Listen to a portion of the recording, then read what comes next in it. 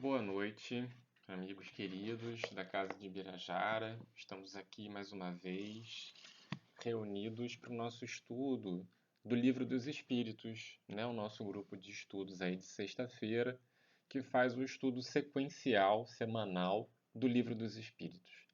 Então, para a gente poder fazer a abertura da nossa reunião, eu vou fazer uma leitura rapidazinha aqui do livro Vida Feliz, do espírito Joana de Ângeles, é o médium Divaldo Pereira Franco. Vamos lá. Não descarregues o teu azedume, conflitos e recalques nos servidores da tua casa, do teu trabalho, da tua festa social. Eles já sofreram o suficiente, dispensando a carga de amargura e bem-estar que lhes destinas. Coloca-te no lugar deles e verás quanto gostarias de receber gentilezas, ter atenuadas as humilhações que passasses, as dores que carpisses. São os teus irmãos carentes. Se te fazem grosserias e são rudes, educa-os com o silêncio e a bondade. Eles desconhecem as boas maneiras, necessitando do teu exemplo. Então são sempre essas pílulazinhas, né, de sabedoria para a gente refletir, né? Tem uma frase bastante popularizada nas redes sociais que fala para a gente ser gentil com todo mundo, porque muitas vezes as pessoas estão enfrentando batalhas que a gente não imagina, né? Então é importante a gente sempre tratar o outro bem, né? Como a gente gostaria de ser tratado. Porque vai chegar o dia em que a gente vai estar enfrentando uma batalha e o que mais a gente quer é que as pessoas sejam calorosas e amorosas, né, com os nossos sentimentos. Muito bem, vamos então orar, elevar nossos pensamentos a Jesus, aos espíritos mentores da Casa de Ibirajara, pedindo muita proteção, muita orientação para esses instantes em que iremos trocar um pouco de informação acerca da doutrina espírita, esclarecendo alguns pontos que muitas vezes nos são obscuros, nos fazendo conhecer um pouco mais sobre nós mesmos e a nossa verdadeira natureza. Muito agradecidos, Senhor, estamos pela oportunidade da hora. Obrigado pela possibilidade de atingir tantas pessoas em horários distintos que muitas vezes não poderiam estar presencialmente no centro espírita, mas que aqui se faz possível esse encontro. Então, pedindo permissão aos mentores amigos, iniciamos o nosso culto, o nosso estudo do Livro dos Espíritos na noite de hoje, que assim seja. Então, meus amigos, dando seguimento aí ao estudo do Livro dos Espíritos, a gente está falando das percepções, né? Sofrimento, percepções, sensações, sofrimento dos espíritos. Esse é o item. Perdão. É o terceiro item do capítulo 6, né, da Vida Espírita, e que esse capítulo é a parte segunda ali do Livro dos Espíritos, que é do Mundo Espírita ou Mundo dos Espíritos.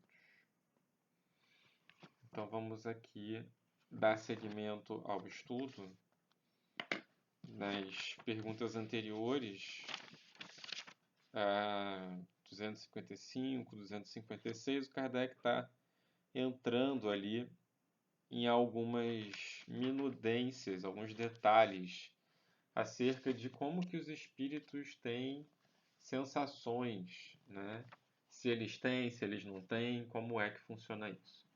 E aí, para concluir essa parte, o Kardec faz num item que ele não chama de pergunta, não fez no seu clássico formato, né, do Livro dos Espíritos de Perguntas e Respostas.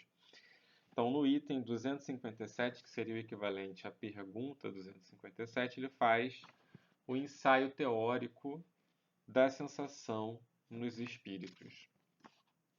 E é um texto longo, tá? Na minha edição são 1, 2, 3, 4, 5, 6 páginas e meia, né? Então é um texto longo que eu vou me permitir comentar com vocês. Não vou ler o texto, né? Nos estudos, quem assiste aí, os estudos que eu faço, no Livro dos Espíritos, né?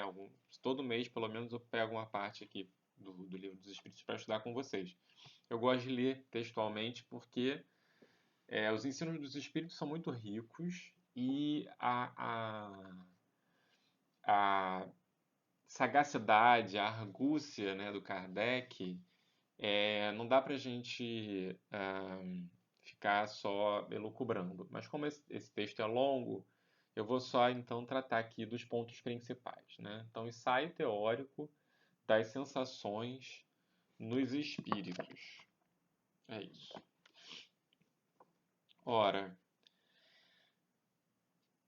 o que o Kardec está querendo falar aqui? Como que é que funciona para o espírito desencarnado as suas sensações em relação ao que ele experimenta no seu mundo íntimo acerca dos estímulos externos, né? Seja ele estímulos físicos ou estímulos morais, intelectuais. Então, para a gente poder entender esse texto do Kardec, então eu convido vocês a ler após o estudo, ou dá o pausa aí agora, lê e depois retorna aqui para o estudo, como para quem está assistindo a gravação, né, para quem está assistindo ao vivo. Deixa então para fazer isso depois do estudo, mas alguns pontos importantes para a gente destacar é acerca do próprio conceito de espírito, né?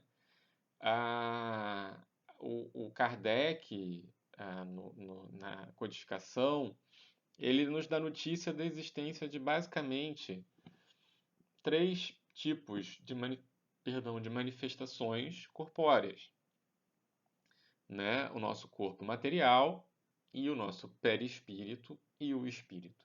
Então, ele diz que o perispírito é esse corpo semimaterial que faz aí a interseção, digamos assim, entre o corpo material e o espírito, que é a sede da inteligência, a sede da moral, a sede dos sentimentos e da razão, né? Então, o espírito é essa centelha divina, é essa fagulhazinha onde está sediada, então, essa parte de intelecto e moralidade e sentimentos e sensações e razão. Todo o resto é perispírito ou outros corpos astrais, que era o outro ponto que eu queria chegar, né? Diversas seitas e crenças e religiões dão conta da existência de corpos astrais além do nosso corpo físico, né? Isso não é uma exclusividade da doutrina espírita. A doutrina espírita, ela é uma doutrina que traz um amálgama aí de inúmeras crenças espiritualistas num corpo doutrinário que é muito próprio, né? Então, diversas tradições aí holísticas, espiritualistas, têm as suas percepções do que seriam os corpos astrais. Dentro da doutrina espírita, o clássico, né, o que Kardec efetivamente nos trouxe, é o corpo físico, o perispírito e o espírito. O André Luiz, ele já vai trazer alguns detalhes a mais acerca dessa configuração, né? Ele vai falar, por exemplo, do corpo mental, que é algo que está entre o espírito, entre essa centelha divina e o perispírito, como que encapsulando, digamos assim, protegendo o espírito, a essência, né? E entre o perispírito e o corpo físico, o André Luiz nos vai falar da existência do duplo etérico, né? O duplo etérico é esse fluido animal que faz como se fosse o encaixe do perispírito com o corpo, né? Quando nós desencarnamos, a gente vê muito na literatura espírita essa referência de irmãos que desencarnam em situações difíceis. Às vezes se vê em empresas de vampirizadores espirituais, porque justamente quando há esse desacoplamento, há uma liberação desse fluido animal, né? E esse fluido animal, para os espíritos que estão mais identificados com a matéria, é como se fosse uma substância quase que viciante, né? Faz eles terem as sensações de que estão encarnados, né? Porque às vezes ali tanto tempo na erraticidade, eles perdem um pouco esse parâmetro do que era estar encarnado, né? E ficam muito presos a isso. O que eles mais querem é estar encarnado, né? Mas na verdade, o que acontece ali é só quase que um mecanismo muito próximo mesmo ao de viciados em substâncias entorpecentes, né? Porque quanto mais a gente se volta para o lado espiritual da vida, se desapega do lado material, há todo um universo a explorar que é vastamente trazido aí pela literatura espírita, sobretudo por André Luiz. E falando em André Luiz, a gente não tem como falar desse ensaio teórico, das percepções nos espíritos, das sensações nos espíritos, sem lembrar da experiência que o André Luiz nos traz em todas as suas obras, sobretudo no Nosso Lar, que é o primeiro livro da sua série A Vida no Mundo Espiritual, que ele narra desde seu desencarne até a sua chegada na colônia de Nosso Lar. Esse é o primeiro livro, primeira parte da história. Mas existem outros livros ali com a continuação desses aprendizados do André Luiz no plano espiritual. Mas o que o André Luiz ele nos narra ali, sobretudo no Nosso Lar, é esse choque do espírito que desencarna e se depara com a vida, que não tinha nenhuma formação espiritualista ou tinha uma formação espiritualista muito arcaica, que não dava conta da existência desse mundo, dessa vida espiritual, né? Então, esse choque do André Luiz, ele nos é muito instrutivo. E aí, quando a gente for lendo o texto, se a gente já leu o Nosso Lar, fica muito mais fácil da gente entender o que Kardec está dizendo ali. Por que isso? Porque para a gente é muito fácil a gente falar do que a gente sente quando a gente coloca a mão no fogo, quando a gente coloca a mão no gelo, quando a gente passa perto de um lugar com odor forte. É, os nossos sentidos estão muito apurados porque nós estamos encarnados, o nosso corpinho tem terminações nervosas para darem conta dessas sensações. Mas existem, por exemplo, pessoas que têm essas terminações por algum motivo bloqueadas. Quando nós fazemos um tratamento dentário, por exemplo, uma cirurgia, nós bloqueamos a sensação da dor, nós bloqueamos o tato. Então, para que seja possível fazer ali um procedimento de uma forma que nos poupe. Então, o nosso corpo, ele detém todos esses terminais para que a gente então possa sentir dor, prazer, calor, ter todas essas sensações que são próprias da nossa vida encarnada. Mas e quando a gente está desencarnado? Né? É essa a grande pergunta desse texto. Como que funciona quando a gente está desencarnado? Como que é em relação ao perispírito? Né? Como que é em relação ao espírito? É óbvio, né, que depende. Né? Não há uma resposta única para todo mundo. Cada um vai experimentar as sensações de acordo com a sua vida mental. É isso que o Kardec nos traz e que se a gente olhar a experiência do André, a gente vai verificar de fato como isso ocorre. O André, então, que acontece? Quando ele desencarna, ele vai para o umbral, né? Ele depois vai narrando a vida dele para a gente, para o leitor, e ele explica que ele era um médico na vida terrena, mas um médico ainda muito apegado à matéria, né? Às sensações mundanas, não só sexuais, né? Como a gente às vezes fica logo pensando, mas as sensações mundanas de não se preocupar com um valor espiritual maior, né? Porque o sexo, a sexualidade, ele pode ser um instrumento, ele pode ser não, ele é em si um instrumento também de, de, de renovação e de sublimação do nosso ser, né? Bem empregado, bem feito, a, a, bem encaminhado, ele é um instrumento de evolução valiosíssimo, né? Então não tem mal nenhum em praticar sexo, né? É que a gente, às vezes, a nossa cabecinha é tumultuada, a gente fica logo pensando, ele fez isso e aquilo. Não, o André ele tinha uma vida do homem mundano, dali dos anos 10, anos 20 do século 20, 1900 ali, porque o livro do André, o primeiro livro do Nosso Lar é na década de 30. Então, talvez o André tenha desencarnado ali por volta da década de 20 do século 20, por uma aproximação. Então, ele tinha a vida de um homem comum, senhor de família, né?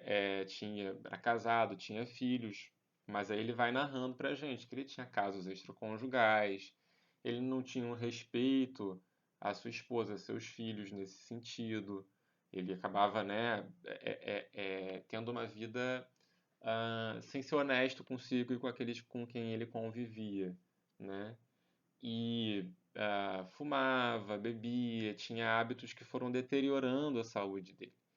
E aí o que acontece? Ele acorda no umbral e ele é chamado de suicida.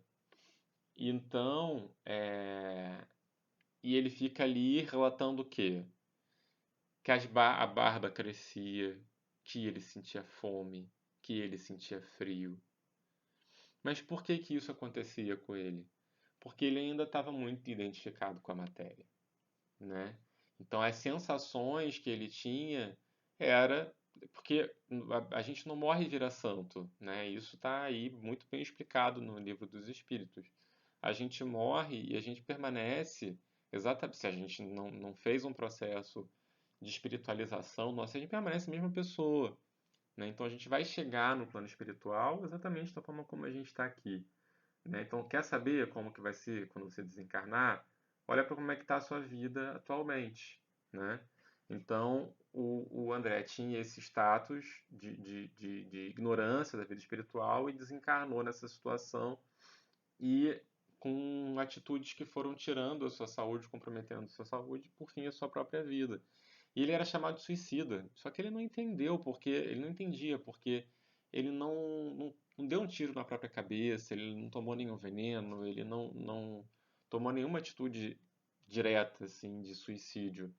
E aí depois no livro a gente vai entender o conceito do suicídio indireto, né, do quanto que ele foi se matando ao longo do tempo, com uma alimentação desregrada, com pequenos vícios, com práticas sexuais equivocadas. Se não me engano, ele menciona que ele contraiu sífilis, né, durante sua vida.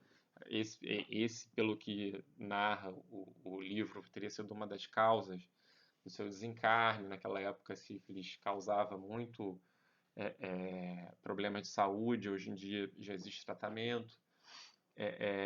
Então, o André, ele é esse símbolo aí de como é que o ser, como é as sensações no mundo espiritual, né? Então, nesse primeiro momento, ele passa por essa dificuldade, e aí, quando acontecem algumas situações lá com ele no plano espiritual, quando ele consegue, de uma certa forma, superar essa forma de se auto enxergar, né, que ele dá um salto quântico ali na sua percepção de si mesmo e daquela realidade, o que acontece? Ele faz uma oração, ele entra ali num estado mais elevado de consciência e ele enxerga Clarencio, um espírito mais elevado que estava ali velando por ele. André Luiz nos narra que ficou 8 anos no umbral, né? E Clarencio ficou esses 8 anos ali velando por ele, amando da mãe de André Luiz, que já era um espírito de mais elevação e que estava muito preocupado com ele, e mandou Clarencio assistir. Então, o que a gente aprende aí disso? Que quando a gente também vai depurando a nossa forma de enxergar o sublime da vida, o sublime da vida se revela para a gente, né? O Clarencio, ele nunca deixou de estar próximo ao André, mas o André não conseguia entrar naquela frequência de vibração de enxergar o Clarencio ali perto dele, né? Mas quando ele alcança, ele enxerga. E aí então o André vai para nosso lar, né? Que é uma colônia de tratamento espiritual, de acolhimento. E aí toda a vida dele vai mudando, e a gente vai acompanhando essa mudança no plano espiritual. E aí as sensações também vão mudando, porque o espírito já se desidentifica daquela situação de ignorância, de treva, para uma situação de conhecimento sobre si mesmo, sobre os outros, sobre o universo. E a situação vai então se aclarando cada vez mais, né? Então, o Kardec fala isso no livro, em relação, por exemplo, a essa situação do Clarencio. Os espíritos mais elevados, eles podem se fazer visíveis para aqueles espíritos que não são tão elevados quanto eles, né? Um espírito que habite um outro planeta mais elevado que a Terra, ou até mesmo alguma instância, alguma colônia espiritual da própria Terra, mas em patamares mais elevados, para ele às vezes se comunicar com algum médium, ele precisa que esteja encarnado, ele precisa de outros intermediários no plano espiritual, né? Ou então ele se densifica para poder chegar ao nosso patamar. O André Luiz também narra em Os Mensageiros a história do Alfredo da Ismália, que a Ismália, tinham sido um casal na Terra, tinham sido casados na Terra. E ainda se amavam no plano espiritual, ainda eram seres muito afins no plano espiritual, só que a Ismália já tinha alcançado um patamar evolutivo muito mais adiantado que Alfredo, que já era um trabalhador do bem, mas estava trabalhando em algumas instâncias do umbral na assistência. Para se encontrar, o Alfredo tinha que sutilizar ao máximo o seu perispírito, né? Vibrar num patamar muito mais alto do que ele estava habituado, e a Ismália tinha que descer, se densificar para encontrá-lo, né? Então, daí a gente vê o quanto que essa volatilidade aí dos espíritos, ela varia de acordo com a nossa evolução espiritual. E as sensações, então, elas vão ser diferenciadas também, né? O Kardec fala ali no ensaio teórico das sensações nos espíritos, que quanto mais elevado a gente for, menos identificado com o sofrimento, como a gente entende hoje em dia, a gente vai ser, menos matéria a gente vai ter no nosso perispírito, ou vai ter um tipo de matéria que a gente ainda não consegue entender como é, né? Ele deixa em aberto isso. E aí é interessante a gente ler aqui já no final do ensaio teórico, uma passagem muito bonita aqui de Kardec, falando de quando o espírito atinge então esse patamar. Ele fala assim: os sofrimentos por que passa, o mesmo se dá com o espírito, tá? Os sofrimentos por que passa são sempre a consequência da maneira por que viveu na Terra. Certo, já não sofrerá mais de gota, nem de reumatismo. No entanto, experimentará outros sofrimentos, que nada ficam a dever àqueles. Vimos que seu sofrer resulta dos laços que ainda o prendem à matéria, que quanto mais livre estiver da influência desta ou por outra, quanto mais desmaterializado se achar, menos dolorosas sensações experimentará. Ora, está nas suas mãos libertar-se de tal influência desde a vida atual. Ele tem o livre-arbítrio, tem por conseguinte a faculdade de escolha entre o fazer e o não fazer. Dorme suas paixões animais. Não alimente ódio, nem inveja, nem ciúme, nem orgulho. Não se deixe dominar pelo egoísmo, purifique-se, nutrindo bons sentimentos. Pratique o bem, não ligue às coisas desse mundo importância que não merecem. E então, embora revestido do invólucro corporal, já estará depurado. Já estará liberto do jugo da matéria. E quando deixar esse invólucro, não mais lhe sofrerá influência. Nenhuma recordação dolorosa lhe advirá dos sofrimentos físicos que haja padecido. Nenhuma impressão desagradável eles lhe deixarão, porque apenas terão atingido o corpo e não a alma. Sentir-se-á feliz por se haver libertado deles, e a paz de sua consciência o isentará de qualquer sofrimento moral. Então, é isso que a gente tinha para conversar sobre o ensaio teórico das sensações dos espíritos. Leiam Nosso Lar e leiam o ensaio teórico da sensação dos espíritos, item 257 do Livro dos Espíritos. Gostaram? Eu gostei muito. Para mim, essa oportunidade de volta e meia pegar o Livro dos Espíritos e estudar novamente não tem preço. A fonte está toda ali, né? O que a gente vai ler depois nas obras subsequentes, tanto da codificação quanto as obras subsidiárias, a raiz está ali. Se você quer entender a essência do Espiritismo, é o Livro dos Espíritos, né? E quanto mais a gente estuda, mais a gente vê o quanto a gente não sabe.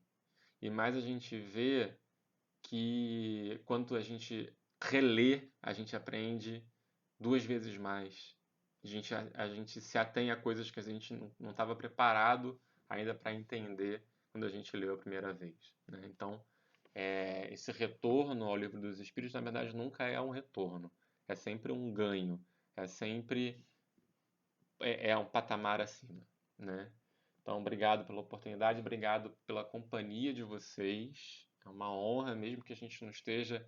Eu estou aqui gravando na minha casa, num determinado horário que é diferente do horário que vocês vão estar assistindo, mas ainda assim eu me sinto conectado, tá? Eu espero que vocês então sintam aí o meu carinho e o meu respeito e a minha gratidão por estarem ouvindo. Vamos fazer a nossa prece de encerramento. Gratidão, Senhor. Gratidão por tantos ensinamentos que nos fazem refletir e almejar uma experiência de vida melhor para nós mesmos. Com mais calma, com mais tranquilidade, com mais amor, com mais leveza. Para que ainda encarnados possamos experimentar o prazer suave que é nos identificarmos com a verdadeira vida. Guarda-nos a cada um de nós na tua paz, Senhor. Acalenta os corações sedentos de paz e de conforto. Orienta para que cada um saiba da sua verdadeira essência e jamais duvide que é teu filho, Senhor, que somos todos teus filhos. Muito obrigado, uma boa noite e que assim seja.